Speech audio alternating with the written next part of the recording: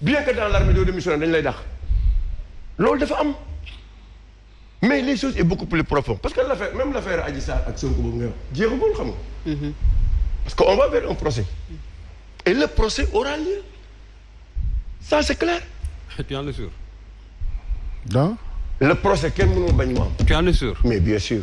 Mais bien sûr. Mais procès bu amul mais kan moo sañ si le procès n'aura pas lieu man ku ma convoqué ci gendarmerie wala gendarmerie kii police dootuma demati. parce que da ngay wax ma ne la demuma. non day am kenn du ci mën dara. non restons républicains. non moo tax ma ne la reste il faut qu'on reste républicain.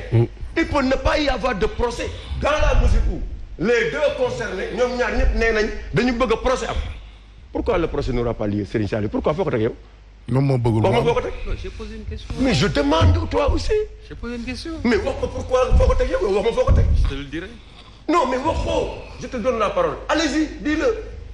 Tu ne le diras pas. C'est-à-dire il faut qu'on essaye aussi. Non, c'est l'État qui ne veut pas de ce procès. Ouais, mais d'accord, l'État ne veut pas si de ce l'État ne veut pas ce procès, c'est vous qui le dites. on verra. L'État ne veut pas de ce procès. Ouais, mais on verra. Ouais. Ça c'est votre point de vue. Je dis. C'est la réalité. Non, je suis pas L'État d'accord. ne veut pas de ce procès. C'est votre point de vue. Ah bah, Je dis.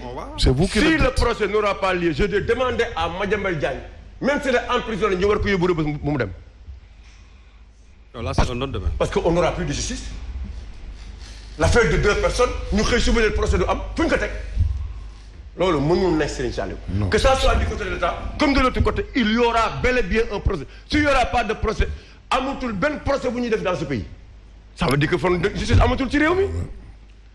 Mais le problème est beaucoup plus profond.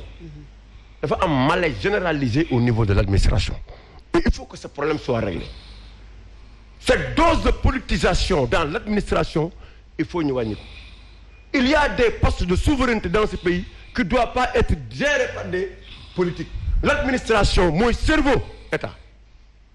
Il faut que seen cër bi ñu daan am démb ak barki démb ñu di leen ko jox. Comme du temps du Parti socialiste où tu verras qu'on puisse dire il y avait une administration qui est là. Kenn du leen pousser à ce que ñu politique pour un poste de responsabilité. C'est-à-dire que yooyu la grande casse. c'est-à-dire que yooyu il faudrait que ñu consolider ko ñu indiwaat ko.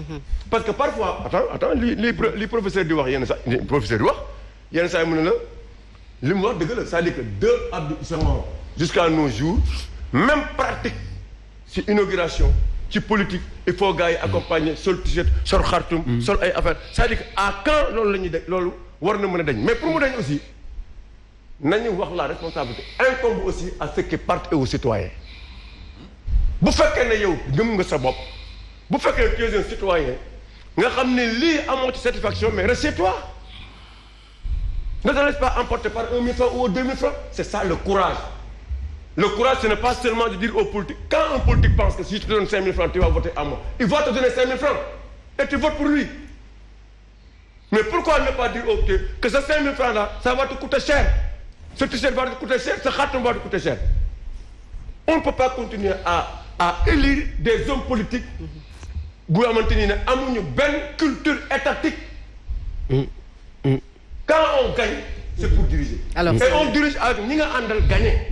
Dans tous les pays du monde c'est ce qui se passe. Alors leer na Oumar bëgg a toog chaque jour lu ñu wax nga ne non Massamba ma demba bëgg a am buzz bëgg a am Massamba dem ñun loolu indiwuñu fi. Alors Oumar. li ñuy wax dañu bëgg a wax bu subaa Sénégalais yi xam ne ñun ñii que ñu gëm que ñu bañ a gëm waxoon nañ ko. Alors wax nga ko procès Madiambal Diagne Souleymane Teliko procès bi.